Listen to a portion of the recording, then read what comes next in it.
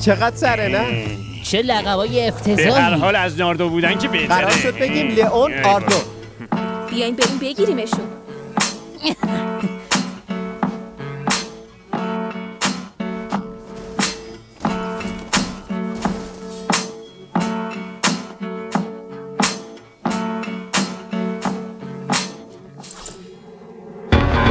وقت پرواز رسیده، وقت پرواز.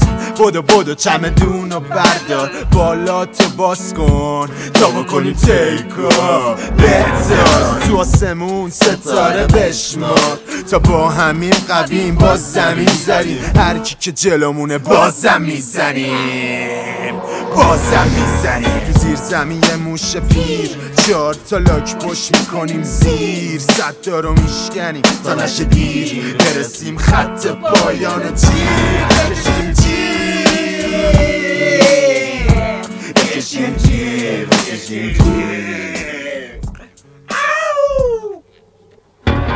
برنده شدیم ما، کسی نمیرسه حتی به گرد پا. همه شاکین از دست ما، ولی ما نمیشیم خسته. تازه بازی دست ماه، وقت جنگ آره.